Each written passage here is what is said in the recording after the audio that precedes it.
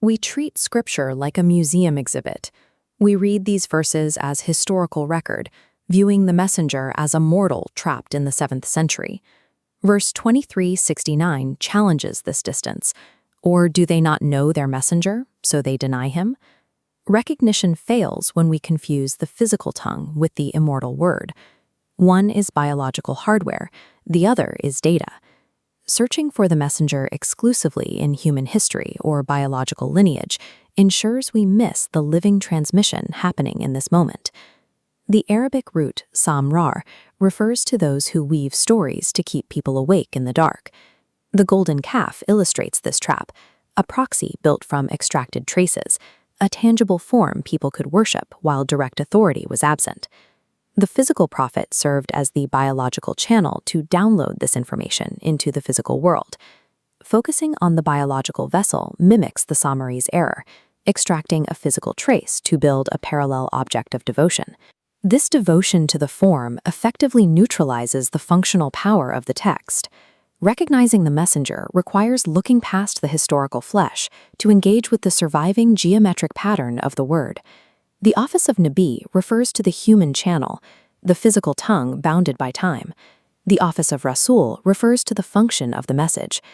Verse 3340 names Muhammad as the seal of the prophets. This marks the structural closure of the biological lineage, permanently sealing the father-son loop of prophetic succession. Isa, the Kalimatullah, or Word of Allah, provides the prototype for this logic. His fatherless birth proves the divine word requires no human biological lineage to manifest in the field.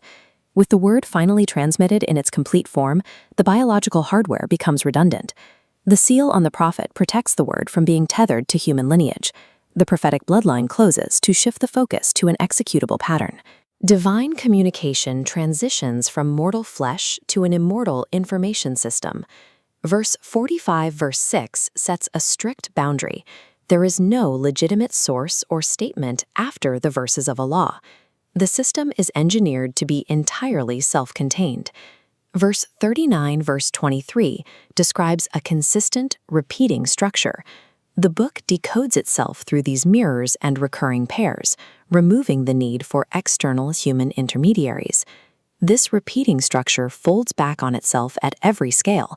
It creates a closed information loop that requires no external inputs to maintain its integrity. This architecture repels outside narratives. It remains intact and precise regardless of how centuries pass, functioning as a self-correcting truth. The text secured its own survival by moving beyond the vulnerability of human transmission and becoming an autonomous, operational system. Even a perfect geometric system remains dormant on the page until it is powered. The text waits for the reader's intellect to spark it to life. 3923 describes a physical resonance, the shivering of the skin, when the reader's body registers the data it is processing. Looking at this unmediated Kufic script reveals the raw interface. This isn't a book you merely read, it is a machine you operate. You are a vital coordinate mapped inside this field. Your reasoning and your recognition are the final nodes required to complete the circuit. Interacting with this operational field reorders the internal state of the reader. It maps the listener to the frequency of the transmission. The phase transition is total. The tongue rested. The word remained. The biological voice has fallen silent, but the word is permanently active and waiting for a reader. Closing the circuit requires gripping the book with your own strength. It means bypassing all narrated proxies to touch the word directly. Verse 1964 confirms the Lord is not forgetful. This transmission is actively broadcasting, waiting for a heart to soften and receive it. The time for interrogating the dead past is over. The system requires you to take your place as the living node of the circuit. The messenger survives as the living geometric sentence in your hands. It is not a memory, it is a command, demanding to be activated.